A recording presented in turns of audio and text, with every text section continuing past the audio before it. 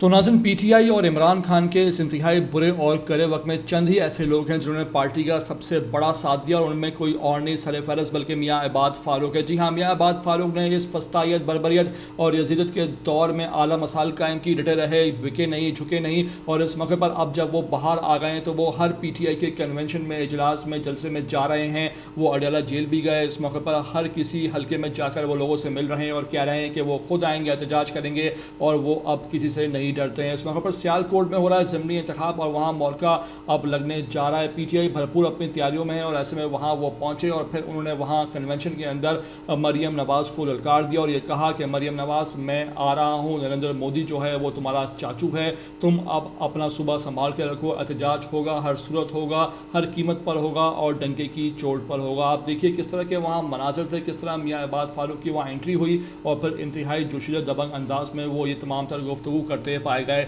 मैं आपको उनकी गुफ्तगू का यह हिस्सा आखिर में सुनवाने जा रहा हूँ। आपसे रिक्वेस्ट है कि वीडियो को आखिर तक देख लेना। नए आ रहे हो चैनल पर तो लाजमी इसको आप सब्सक्राइब करो, लाइक करो, शेयर करो और कमेंट करके मुझे अपनी कीमती राय से लाजमी आप आगाह भी किया करो।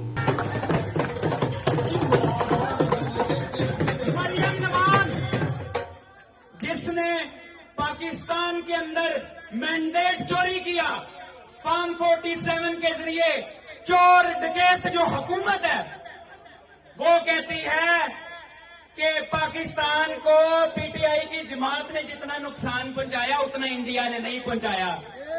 ये जालिम औरत, ये मॉडल औरत, देखो आपके किस तरह से अपने जो चाचू मोदी हैं, जो इनके घर में बगैर वीजे के पहुंच जाते हैं, उसकी तर्जमानी कर रही है कि उसने नहीं पाकिस्तान को नुकसान पहुंचाया। कहती है कि पाकिस्तान को जो नुकसान पहुंचाया है वो पीटीआई ने पहुंचाया।